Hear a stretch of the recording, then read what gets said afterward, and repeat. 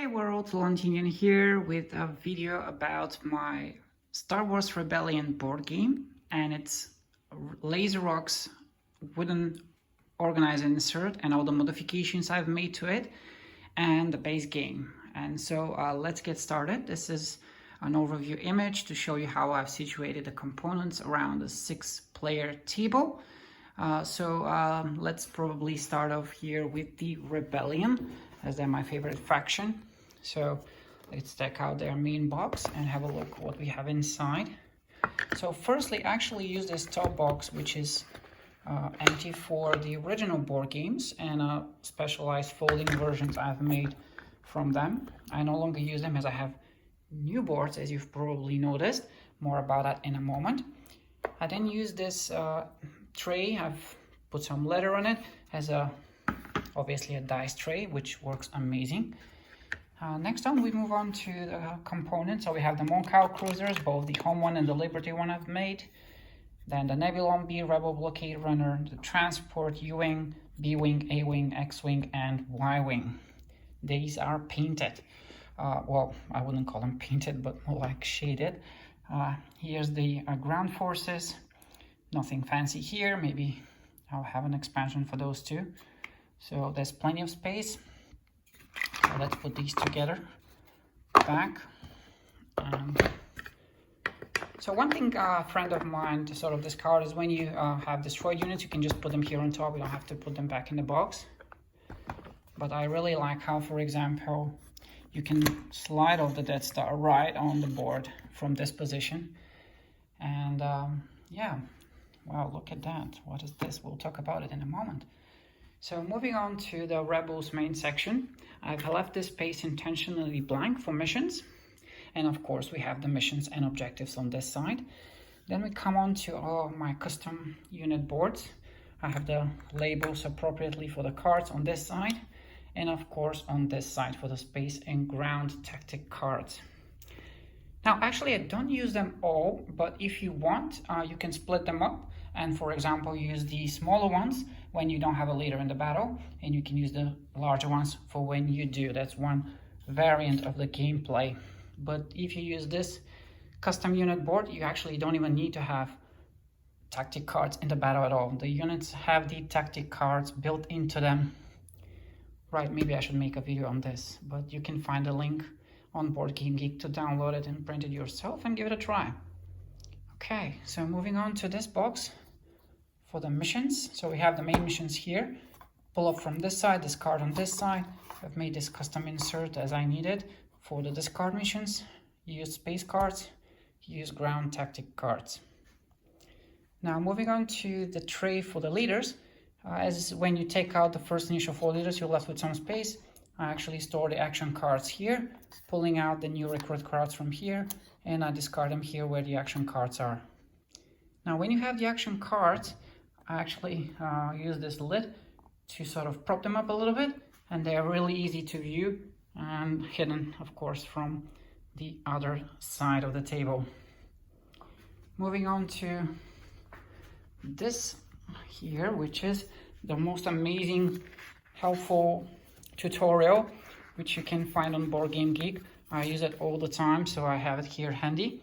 And I just use the cover for the main components tray and one piece from the action cards tray from here to sort of prop it up into vertical position and to help me store this handy information all the time. Now moving on to the main tray, we have the Empire tokens, Rebel tokens, subjugated markers, damage tokens, which I no longer use. More of that in a moment. The rings, you can actually split them up, Rebel and Imperial, but I keep them all together. It's easy, and I actually probably even lift them up like this during gameplay. This is how I store the dice. I really find this arrangement very handy. Sort of uses the space maximum. And I keep this tray clean for future upgrades. So hopefully someday you'll see what this is about. Now, what is that? Now that's a magnetic board. So you have everything magnetically attached to it. So there's about 60-70 magnets inside. I probably have to count them. Now moving on to the Empire side, of course everything is pretty much identical, with the one exception. We have an empty spot for a leader, and so I've used this to make a standee for Grand Admiral Thrawn. And how can you have the Empire and not have Grand Admiral Thrawn? Of course. Now, to play with him, you need to have obviously recruit cards, and so I've adopted one and made a new one. Now, never mind the language, it's in Bulgarian, but we do have an English version available on Board Game Geek. We have, of course, a special mission for him. Just search for Grand Admiral Thrawn mini expansion pack and it will come up. What is more, we now have a TIE Defender. Now, where is the TIE Defender? I will cut him in a moment, but I haven't implemented it fully yet, but this is how it's going to look like. It has a custom tactic cards if you're into tactic cards, and of course we have adapted the 2 unused Superstar Destroyer project cards, and we just made a project cards for the TIE Defender. Again, just search for TIE Defender mini expansion on Board Game Geek to download this for yourself.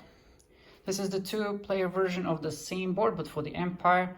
Of course, this is lots to talk about here. Not gonna do it in this video.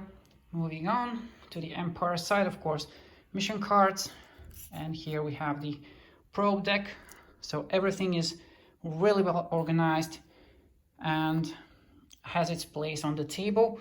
So just one more word about this. Now, what is that? This is actually when you do battles. You arrange them on each side. They have their color, they have their health value, and when you get damage, you just move them around. And that's it. You don't use any tokens. Much simpler. Right. More of that in the future. And one final thing to talk about is, of course, the box. So I have the Laserox manual here, folded in, what was that, 3 pieces.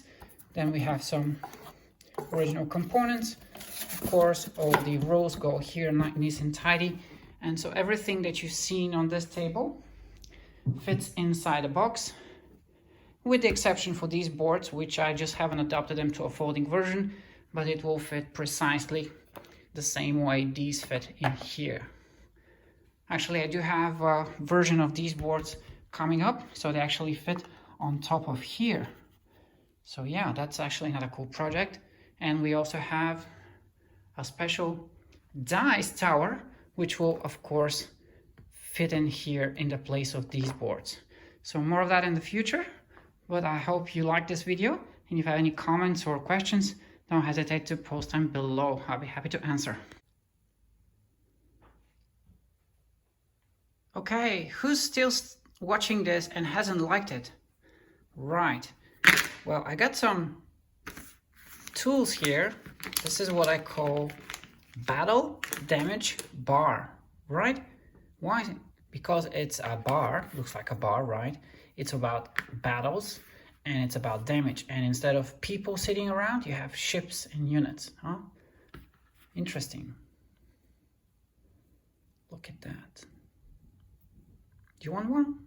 Just leave a note. Maybe I can send somebody some of these. Real easy to ship.